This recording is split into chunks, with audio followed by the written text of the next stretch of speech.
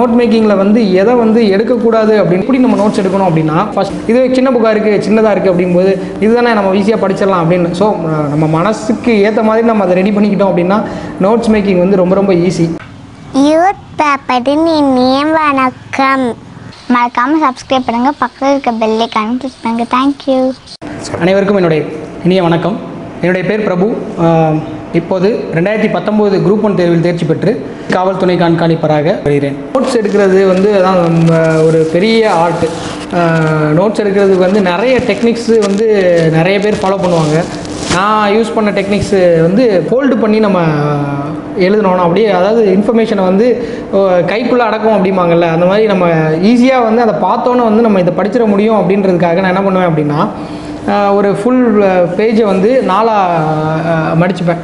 4ஆக மடிச்சுட்டு ரொம்ப குட்டி குட்டியாக தான் எழுதுவேன். என்ன அப்படின்னா, ஒரு 10-20 பேஜ் உள்ள இன்ஃபர்மேஷனை வந்து ஒரு 1 பேஜுக்குள்ளே முடிக்கணும். அதையும் அந்த 1 பேஜ் வந்து 4ஆக மட்டும் அதாவது மடித்து நம்ம இது பண்ணும்போது ரொம்ப சின்னதாக இருக்கும்.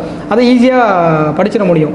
இந்த டெக்னிக் வந்து நான் நோட்ஸ் எடுக்கிறதுல வந்து ஃபாலோ பண்ணேன். ஃபார் எக்ஸாம்பிள் வந்து இப்போ கரண்ட் அஃபேர்ஸு நம்ம டெய்லி இதில் படிச்சுட்டு வரோம் அப்படின்னா அதை வந்து தனியாக வந்து நோட்ஸ் எடுத்து வச்சுக்கிட்டு தனியாக ஒரு நோட்டு போட்டு அதுக்காக சிலபஸ் தனித்தனியாக எழுதி வச்சுக்கிட்டு அந்த இதில் நம்ம இது பண்ணதை வந்து அதில் நீங்கள் ஃபாலோ பண்ணிக்கலாம்.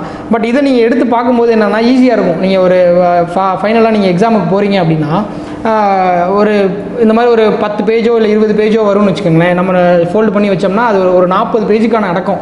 கரண்ட் அஃபேர்ஸு மிஞ்சி போனால் நம்ம வந்து 10 மாதத்துக்கு வந்து ரொம்ப சுருக்கி எடுத்தோம் அப்படின்னா ஒரு 40லேருந்து 60 பேஜுக்குள்ளே எடுத்துடலாம். ஸோ அந்த இதை வந்து ஈஸியாக பண்ணிட முடியும். நீங்கள் திருப்பி பார்க்குறதுக்கு ரொம்ப ஈஸியாக இருக்கும். உங்கள் கைப்பட நீங்கள் எழுதியிருப்பீங்க, மைண்டில் வந்து ஃபிக்ஸ் ஆகிடும். இதை மட்டும் தான் நம்ம படிக்க வேண்டியது இருக்குது அப்படின்னு சொல்லி.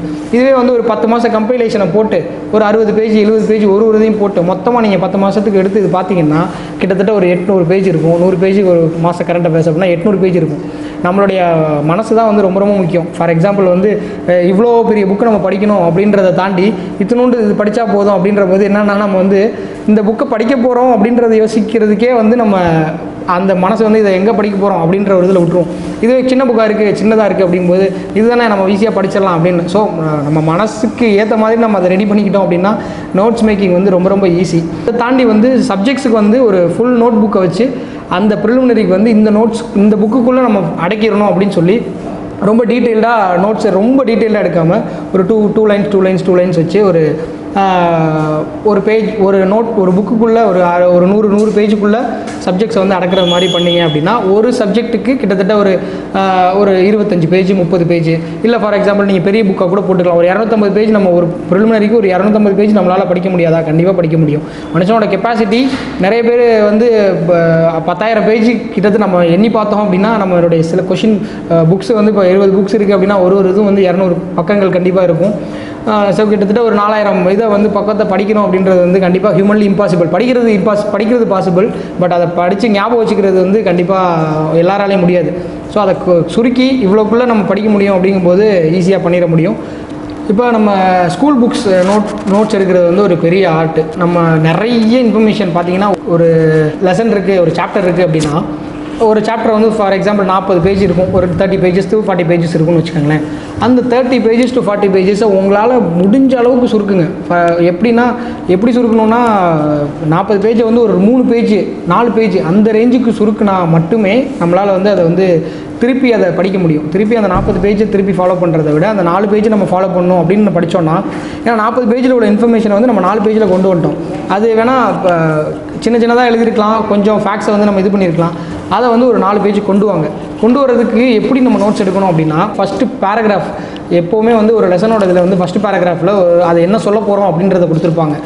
மேலே வந்து நீங்கள் லேர்ன்ட் அப்ஜெக்டிவ்ஸ், அதாவது இந்த பாடத்தோட அப்ஜெக்டிவ்ஸ் என்ன அப்படின்னு சொல்லி கொடுத்துருப்பாங்க. லாஸ்ட்டில் பாயிண்ட்ஸ் டு ரிமெம்பர் அப்படின்னு சொல்லி கொடுத்துருப்பாங்க. அது ரெண்டையும் வந்து ஒரு பாடம் படிக்கிறதுக்கு முன்னாடி அந்த என்ன படிக்க போகிறோன்றது அது முக்கியம், அதை பாருங்கள். பின்னாடி பாயிண்ட்ஸ் டு ரிமெம்பர்னு கொடுத்துருப்பாங்க. அது படித்ததுக்கப்புறம் ஒரு ரிவிஷனுக்கு. ஸோ அதனால தான் அந்த ஸ்கூல் ஸ்டூடெண்ட்ஸுக்கு அது ஈஸியாக இருக்கணுன்றக்காக தான் அந்த அப்ஜெக்டிவ்ஸும் பாயிண்ட்ஸ் டு ரிமெம்பரும் கொடுத்துருக்காங்க. இதை நீங்கள் ஃபாலோ பண்ணுங்கள். அப்புறம் நோட்ஸ் எடுக்கும்போது அந்த ஒரு சாப்டர் இப்போ 40 பேஜுன்னு சொல்கிறேன்னா அதை வந்து 4 பேஜாக கொண்டு வரதுக்கு கண்டிப்பாக வந்து அது பெரிய ஒரு முடியாத காரியம். ரொம்ப கஷ்டமாக இருக்கும். ஸ்டார்டிங்கில் நோட்ஸ் எடுக்கும்போது எப்படி இதை கொண்டு வர போகிறோம் அப்படின்னு தோணும். ஆனால் நோட்ஸ் எடுக்க ஆரம்பிக்க என்ன ஆகும் அப்படின்னா ஒரு பர்டிகுலர் இது வந்து உங்களுக்கே தெரிஞ்சிடும். இவ்வளோ இது வந்து நமக்கு தேவையில்லை, இந்த நோட்ஸ் இந்த இது மட்டும் தான் கொஷின்ஸில் கேட்டிருக்காங்க. அதுக்கு தான் ப்ரீவியஸ் இயர் கொஷின் பேப்பரை எடுத்து பார்க்கும்போது உங்களுக்கு தெரிஞ்சிடும் இந்த சாப்டர்லேருந்து இந்த கொஷின் தான் கேட்டிருக்காங்க. இப்போ ஃபார் எக்ஸாம்பிள் ஒரு சாப்டரை எடுத்துக்கிட்டு அதுக்கு என்ன கொஷின் கேட்டிருக்காங்கன்னு ப்ரீவியஸ் இயர் கொஷினையும் அந்த சாப்டரையும் கம்பேர் பண்ணுங்கள். அப்போ என்னன்னா அப்போ உங்களுக்கு ஆட்டோமேட்டிக்காக ஐடியா வந்துடும், இந்த ஏரியாவிலேருந்து இந்த இதுலேருந்து தான் கொஷின் எடுத்திருக்காங்க, அப்போ இதுதான் முக்கியம் அப்படின்னு சொல்லி அந்த இதை மட்டும் நீங்கள் நோட்ஸ் எடுங்க. முக்கியமான இல்லாதது வந்து கண்டிப்பாக தேவையில்லை. அந்த முக்கியமான இல்லாததுன்னு நீங்கள் விட்டு அதில் கொஷின் வந்துச்சு அப்படின்னா அது ஒரு பெரிய நமக்கு இழப்பாக இருக்காது. ஒரு கொஷினோ 2 கொஷினோ தான் போகும். நோட் மேக்கிங்கில் வந்து எதை வந்து எடுக்கக்கூடாது அப்படின்றது வந்து நம்ம ஃபஸ்ட்டு வந்து நமக்கு தெரியாது. நமக்கு வந்து ஃபுல் இன்ஃபர்மேஷன் நிறைய கொடுத்துருக்கும் போது எதை எடுக்கக்கூடாது அப்படின்றது பார்த்திங்கன்னா ஒரு சில இது வந்து இப்போ முக்கியமான மேட்டர்ஸ் வந்து எப்படின்னா நமக்கு ஸ்கூல் புக்ஸில் பார்த்தீங்கன்னா இப்போலாம் வந்து ரெட்லேயே கொடுத்துட்றாங்க, பாக்ஸ் போட்டு கொடுக்குறாங்க. இந்த பாக்ஸில் உள்ள கண்டென்ட் எல்லாமே முக்கியம், அது வந்து உங்களோட நோட்ஸில் இருக்கணும். பாக்ஸில் உள்ள கண்டென்ட் அதே மாதிரி ரெட்டில் போட்டிருப்பாங்க, அந்த ரெட் பண்ண இது எல்லாமே கண்டென்ட் எல்லாமே உங்கள் நோட்ஸில் இருக்கணும். அதை தாண்டி அவங்களே முக்கியம் இல்லாததுன்னு சொல்லி முக்கியன்றதுனால தான் அந்த இதை வந்து ஹைலைட் பண்ணி கொடுக்குறாங்க. அதை தாண்டி முக்கியம் இல்லாதது அப்படின்றது வந்து மீதி எல்லாமே முக்கியம் இல்லாததுன்னு சொல்லிட முடியாது. அது உங்களுக்கு படிக்கும்போது ஒரு ஐடியா வந்துடும். சுருக்கமாக சொல்லணும் அப்படின்னா பாக்ஸு அண்டு ரெட்டு இது பண்ணது வந்து கொஷின் ஏரியா அப்படின்றது வந்து மைண்டில் ஃபிக்ஸ் பண்ணிடுங்க. இதை நல்லா படிங்க. இப்போ திருப்பி நீங்கள் அதை ஃபாலோ பண்ணும்போது நீங்கள் நோட்ஸ் எடுத்து வச்சுருவீங்க. நீங்கள் அந்த புக் எடுத்து திருப்பும்போது அந்த பாயிண்ட்ஸ் வந்து உங்களுக்கு ஈஸியாக இந்த லெசனில் இந்தந்த பாயிண்ட்லாம் ரொம்ப முக்கியம், இந்த லெசனில் இந்தந்த பாயிண்ட் இந்த சாப்டரில் முக்கியம் அப்படின்னு சொல்லி ஈஸியாக வந்துடும். இப்போ நிறைய பேர் என்ன பண்ணுவாங்க அப்படின்னா நோட்ஸ் எடுத்து வச்சுருவாங்க. நோட்ஸ் எடுத்து வச்சுட்டு அந்த நோட்ஸ் தனியாக தூங்கும். அது எப்படின்னா அந்த நோட்ஸை வந்து நம்ம அந்த புக்கை வந்து ரீப்ரொடியூஸ் பண்ணி நோட்ஸ் எடுத்து வச்சுட்டோம் அப்படின்னு சொல்லி நோட்ஸ் வச்சுருவாங்க. திருப்பி என்ன பண்ணுவாங்கன்னா புக் எடுத்து படிப்பாங்க. அதனால் நீங்கள் நோட்ஸ் எடுக்கிறது வந்து இது யூஸே கிடையாது. என்னன்னா அது வேஸ்ட்டு. நீங்கள் ஜஸ்ட்டு பேப்பராக எழுதி அதை தூக்கி போட்டிங்கன்னா அர்த்தம். அப்படி எடுக்கக்கூடாது நோட்ஸு. அது நிறைய ஆஸ்பிரன்ஸ் பண்ணுற தப்பு. நான் நோட்ஸ் எடுக்கிறேன், எல்லாமே பண்ணுறேன், என்னால் கிளியர் பண்ண முடியல, ஏன் சார் அப்படின்னு கேட்கும்போது இதான் ரீசன். நோட்ஸ் எடுத்து என்ன பண்ணுவீங்க அப்படின்னா ஒன்று அதை திருப்பி ரிவைஸ் பண்ண மாட்டீங்க, இல்லை அப்படின்னா நோட்ஸை ஃபுல்லாக அப்படியே ரீப்ரொடியூஸ் பண்ணி அந்த நோட்ஸே திருப்பி புக்கை படிக்கிறதுக்கு போல் அந்த நோட்ஸை படிப்பீங்க. இது ரெண்டும் வந்து நீங்கள் பண்ணாதீங்க. ஸோ இப்போ நோட் மேக்கிங்கில் வந்து நம்ம தப்பு நிறைய வந்து பண்ண தான் வந்து நம்ம கற்றுக்க முடியும். எல்லாமே வந்து சித்திரமும் கைப்பழக்கம் அப்படிம்பாங்க. நம்ம வந்து ஃபஸ்ட்டு நோட்ஸ் எடுக்கும்போது நிறைய தப்புகள் பண்ணுறது வந்து இயல்பு. என்னென்னா ஃபுல்லாகவே நோட்ஸ் எடுத்துருவோம், நிறைய அப்படியே புக்கை வந்து ரீப்ரொடியூஸ் பண்ணி எடுப்போம். இந்த மாதிரி வந்து ஸ்டார்டிங்கில் வந்து நானும் அப்படி தான் பண்ணேன். என்னன்னா ஃபஸ்ட்டு படிக்கும்போது வந்து எது முக்கியம் இல்லை அப்படின்றது வந்து நம்மளால் பண்ண முடியாது. இதெல்லாம் வந்து படிக்க ஒரு புக்கை வந்து 2-3 தடவை படிக்கும்போது தான் இந்த ஐடியாஸ்லாம் வந்து தோணும். அதுக்கு தான் வந்து புக்கை வந்து நீங்கள் ஒரு தடவை படிச்சுட்டு நோட்ஸ் எடுத்து இது பண்ணாமல் ஃபஸ்ட்டு நீங்கள் ஃபுல்லாக புக்கை படிச்சுட்டு நீங்கள் அதை நோட்ஸ் எடுக்கும்போது நிறைய பேருக்கு இந்த டவுட் இருக்கும், சார் படிச்சுக்கிட்டே நோட்ஸ் எடுக்கணுமா இல்லை படித்து முடிச்சுட்டு நோட்ஸ் எடுக்கணுமா அப்படின்னு. என்னுடைய இது என்னென்னா ஒரு தடவை அதை படிச்சுட்டு நீங்கள் நோட்ஸ் எடுத்தீங்க அப்படின்னா எது முக்கியம்னு தெரியும். நீங்கள் இப்போ நோட்ஸ் படிச்சுக்கிட்டே அப்படியே நோட்ஸ் எடுத்தீங்க அப்படின்னா எதுனே உங்களுக்கு முக்கியம் தெரியாது. அப்போ என்னன்னா எல்லாத்தையும் எழுத ஆரம்பிச்சிருவீங்க. நிறைய ஃபுல்லாக வந்து கண்டென்ட்டை வந்து டம்ப் பண்ணி ஒரு நோட்ஸ் ப்ரிப்பேர் பண்ணுறதுக்கும் ஒரு சில விஷயங்களை மட்டும் வச்சு நோட்ஸ் ப்ரிப்பேர் பண்ணுறதுக்கும் டிஃப்ரென்ஸ் இருக்குது. இப்போ ஒரு கொஷின் அப்படின்னு எடுத்துக்கிறோம் அப்படின்னா ஃபார் எக்ஸாம்பிள் ஒரு மெயின்ஸுக்கு வந்து ஒரு கொஷின் எழுத போகிறோம் அப்படின்னு எடுத்துக்கிறோம் அப்படின்னா அந்த கொஷினோட கண்டென்ட் வந்து எப்படி இருக்கணும் அப்படின்றதுக்கு ஏற்றது மாதிரி தான் நம்ம நோட்ஸ் ப்ரிப்பரேஷன் வந்து இருக்கணும். இப்போ ஃபார் எக்ஸாம்பிள் வந்து நம்ம ஒரு 10 மார்க் எழுத போகிறோம், 10 மார்க்ஸுக்கு வந்து இவ்வளோ கண்டென்ட் கொடுக்க போகிறோம் அப்படின்னா இவ்வளோ சைட் ஹெட்டிங்ஸ் போட போகிறோம் அப்படின்னா இந்த சைட் ஹெட்டிங்குள்ளே இவ்வளோ பாயிண்ட்ஸ்குள்ளே தான் இருக்கணும், அந்த பாயிண்ட்ஸ் எல்லாமே முக்கியமாக இருக்கணும். அப்படின்னா அது நீங்கள் நோட்ஸ் எடுத்து பண்ணால் மட்டும்தான் பண்ண முடியும். இப்போ என்னென்னா நம்ம ஆன்சர்ஸ் வந்து எது வேணால் கேட்கலாம் அப்படின்ற பட்சத்தில் எல்லாமே நம்ம மைண்டில் இருக்க எல்லாத்தையுமே எழுதிட முடியாது. இதுக்குள்ளே இந்த கொஷினுக்குள்ளே ஒரு பாயிண்ட்ஸு அப்படின்னு சொல்கிறது அந்த பாயிண்ட்ஸை நம்ம கோட் பண்ணால் தான், அதாவது எழுதுனா தான் நமக்கு வந்து மார்க்ஸ் வந்து அதிகமாக கிடைக்கிறதுக்கு வந்து அதிக வாய்ப்பு இருக்குது. இப்போ புக்கில் உள்ள கண்டென்ட்டை வந்து நீங்கள் அப்படியே கொடுத்துட்டீங்க அப்படின்னா வந்து அது அந்த ப்ரெசன்டேஷனில் வந்து ஃப்ளாஸ் ஏற்படலாம். நீங்கள் நோட்ஸ் எடுத்ததை வந்து நீங்கள் ரீப்ரொடியூஸ் பண்ண முடியாமல் போயிடலாம் நிறைய கண்டென்ட் எடுக்கும்போது. ஸோ ஒரு குறிப்பிட்ட இதுக்கு இந்த பேராகிராஃப் எழுத போகிறோம் அப்படின்னா இந்த சைட் ஹெட்டிங்க்கு இந்த சப் ஹெட்டிங்க்கு இவ்வளோ பாயிண்ட்ஸ் தான் கொடுக்க போகிறோம் அப்படின்றத நீங்கள் அந்த நோட்ஸ்லேயே இது பண்ணிடணும். இன்னும் சொல்லப்போனால் நீங்கள் மெயின்ஸ் எழுதும்போது அந்த ஃப்ளோ வந்து நீங்கள் அந்த நோட்ஸ் எடுத்தது வந்து அப்படியே உங்கள் கண்ணு முன்னாடி வந்துச்சுன்னா ஈஸியாக அப்படியே நீங்கள் அந்த ஃபேக்ட்ஸ் அண்ட் பாயிண்ட்ஸை வந்து நீங்கள் எழுதிட்டு போயிட்டே இருக்கலாம். அதாவது இப்போ நான் முதல் அட்டெம்ப்ட் படிக்கும்போது நான் இவ்வளோ டீப்பாக நோட்ஸ் எடுக்கலை. ஏன் அப்படின்னா நோட்ஸ் எடுக்கிறது எனக்கு அது அப்போ வந்து தெரியல.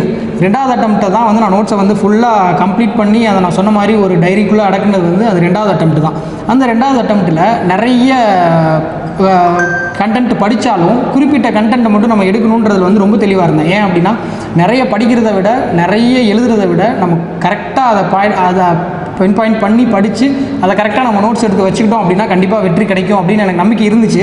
செகண்ட் அட்டம்ப்ட்டில் வந்து நம்ம ஒரு சில சின்ன தவறுகளால் நம்ம அந்த கொஷின்ஸை கம்ப்ளீட் பண்ண முடியாததுனால எனக்கு கிடைக்கல. பட் அந்த செகண்ட் அட்டம்ப்ட்டை எடுத்து வச்ச நோட்ஸ் தான் எனக்கு தேர்ட் அட்டம்ப்ட்டை வந்து ஹெல்ப் பண்ணிச்சு. ஸோ அப்போ அந்தளவுக்கு நான் அந்த நோட்ஸுக்கு வந்து இம்பார்ட்டன்ஸ் கொடுத்ததுனால மட்டும்தான் தேர்ட் அட்டம்ப்ட்டில் வந்து என்னால் வந்து பண்ண முடிஞ்சது. அதே மாதிரி நீங்கள் நோட்ஸ் எடுக்கிறீங்க அப்படின்னா முக்கியமான இது வந்து நம்மளுடைய நிறைய பேர் கேட்குறது வந்து மெயின்ஸில் வந்து நல்ல ஹேண்ட் ரைட்டிங் இருக்கணும், நல்ல ஹேண்ட் ரைட்டிங் இருந்தால் தான் நம்ம வந்து பாஸ் பண்ண முடியும் அப்படின்னு சொல்லுவாங்க. நல்ல ஹேண்ட் ரைட்டிங் இருக்கணும் தான், அது ஒன்றும் நம்ம சொல்ல முடியாது. ஆனால் ஹேண்ட் ரைட்டிங் மட்டுமே வந்து நம்மளுடைய வெற்றியை வந்து தீர்மானிக்காது.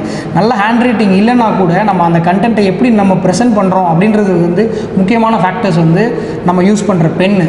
நம்ம அதாவது டெய்லி நம்ம எழுதி பழகும்போது எந்த எக்ஸாமுக்கு நம்ம என்ன பென் யூஸ் பண்ண போகிறோம் அப்படின்றத வந்து நீங்கள் முன்கூட்டியே எந்த பென் உங்களுக்கு பெட்டராக இருக்குன்றதை எழுதி பார்த்துட்டு அதில் உங்களுக்கு எது நல்ல பென்னோ அதை வந்து பெஸ்ட்டாக சூஸ் பண்ணிக்கோங்க. நிறைய மார்க்கெட்ஸில் நிறைய பென் வந்து சொல்லுவாங்க, இந்த எக்ஸாமுக்கு இந்த பென் யூஸ் பண்ணால் ஃப்ளோ நல்லாயிருக்கும், ஆன்சர் ஃபாஸ்ட்டாக எழுத முடியும் அப்படின்லாம் சொல்லுவாங்க. ஆனால் அதெல்லாம் வந்து ஒருத்தருக்கும் வேறுபடலாம். பென் வந்து யாருக்கு அவங்க எழுதி பார்த்தா மட்டும்தான் அவங்களுக்கு இது பெட்டராக தெரியும். ஒருத்தருக்கு 5 ரூபீஸ் பென்னு ரொம்ப பெட்டராக இருக்கும், ஒருத்தருக்கு 50 ரூபீஸ் 60 ரூபீஸ் அந்த மாதிரி பென்ஸ் அந்த மாதிரி போவாங்க. அதெல்லாம் நீங்கள் கணக்கில் எடுத்துக்க தேவையில்லை. நல்ல பெண்ணை வந்து உங்களுக்கு ஏற்ற பெண்ணை எடுத்து அதில் நீங்கள் நோட்ஸ் மேக்கிங் அங்கேருந்து நீங்கள் நோட்ஸ் எழுத ஸ்டார்ட் பண்ணுங்கள். அதுக்கப்புறம் அதை நீங்கள் எக்ஸாமுக்கும் அதே பெண்ணை யூஸ் பண்ணிங்க அப்படின்னா கண்டிப்பாக ஃப்ளோ வந்து உங்களுக்கு ரொம்ப ஈஸியாக இருக்கும். நீங்கள் குறிப்பிட்ட டைமுக்குள்ளே ரொம்ப முடிக்க முடியும். ஏன்னா இந்த குரூப் 1ல் வந்து இந்த 3 மணி நேரத்துக்குள்ளே முடிக்கணும் அப்படின்ற ஒரு இது வந்து ரொம்ப ரொம்ப முக்கியம். அதாவது பேப்பர் கம்ப்ளீட் பண்ணால் நம்மளுடைய வெற்றி வாய்ப்பு அதிகம். ஸோ அதனால் அதுக்கு பென் வந்து ரொம்ப ரொம்ப இம்பார்ட்டண்ட்டு. ஸோ பென்னுக்கு இம்பார்ட்டன்ஸ் கொடுங்க, நோட்ஸ் மேக்கிங்க்கு இம்பார்ட்டன்ஸ் கொடுங்க. இது ரெண்டையும் கரெக்டாக பார்த்துக்கோங்க. ஸோ இப்போ பென் வந்து யூஸ் பண்ணும்போது இப்போ டிஎன்பிஎஸ்சியில் நம்ம ரூல்ஸ் அண்ட் ரெகுலேஷன்ஸில் பார்த்தீங்கன்னா பிளாக் பென் தான் யூஸ் பண்ணணும் அப்படின்னு சொல்லியிருக்காங்க மெயின்ஸில். பிளாக் பென் நீங்கள் எந்த பென் வேணால் யூஸ் பண்ணலாம். So the colour should be black. அந்த பிளாக் கலரில் இருக்கணும் அப்படின்றப்ப நீங்கள் அதை வந்து நீங்கள் முதல்ல தெரிஞ்சுக்கணும். ரூல்ஸ் அண்ட் ரெகுலேஷன்ஸ் வந்து கிளியராக படிச்சிருங்க, டிஎன்பிஎஸ்சியில் என்னென்ன ரூல்ஸ் அண்ட் ரெகுலேஷன்ஸ் கொடுத்துருக்காங்கன்ட்டு. ஸோ இப்போ பிளாக் பென் யூஸ் பண்ணி எழுதுங்க. எந்த பென் வேணால் யூஸ் பண்ணுங்கள். பட் பிளாக் இங்கில் நல்ல அப்பீலிங்காக இருக்கும். பார்த்தோன்னே உங்களுக்கு தெரியும், நல்லா இந்த பேப்பர் பார்த்தோன்னே நல்லா ப்ரெசென்ட் பண்ணியிருக்காங்க, நல்ல பென் யூஸ் பண்ணி எழுதியிருக்காங்க. அதே மாதிரி இப்போ பார்த்தீங்கன்னா குரூப் 1 பேப்பர்ஸ் வந்து ஸ்கேன் பண்ணி திருத்துறாங்க. ஸோ கம்ப்யூட்டர்ஸில் இருக்கும்போது நல்ல போல்டாக இருக்கணும் அப்படின்றதுக்காக அந்த பிளாக்கை வந்து ப்ரிஃபர் பண்ணுறாங்க. ஸோ பிளாக்கை நம்ம ஸ்கேன் பண்ணி எடுத்து திருத்தும் போது ஸோ நல்லா அப்பீலிங்காக இருக்கணும். ஸோ அதுக்கேற்ற மாதிரி பென் யூஸ் பண்ணுங்கள். நீங்கள் உங்களோட இது வந்து நல்லா கிளியராக தெரியணும், ரொம்ப டல்லாக இருக்கக்கூடாது. உங்களோட பேப்பர் ப்ரெசன்டேஷன், அந்த பேப்பரில் உள்ள இங்க் வந்து ரொம்ப டல்லாக இருக்கக்கூடாது. அந்த மாதிரி பார்த்துக்கோங்க. ஸோ இது முக்கியமான பாயிண்ட். நமக்கு அதை முன்னாடியே சொன்ன மாதிரி காம்படிட்டிவ் எக்ஸாமினேஷனில் வந்து கெட்டிங் 100 சென்டம், அதாவது ஃபுல் பர்சன்டேஜ் எடுக்கிறது வந்து கிடையாது. இதை எடுக்கணும் அப்படின்னா இதை கிளியர் பண்ணுறதுக்கான குவாலிட்டியான நம்ம மெட்டீரியல்ஸை வந்து படித்து நோட்ஸ் எடுத்தாலே போதும்.